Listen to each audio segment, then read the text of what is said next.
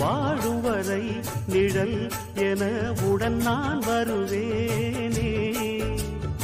ஏழ் பிறப்பும் உயிர் துணை உனை நான் பிரியேனே.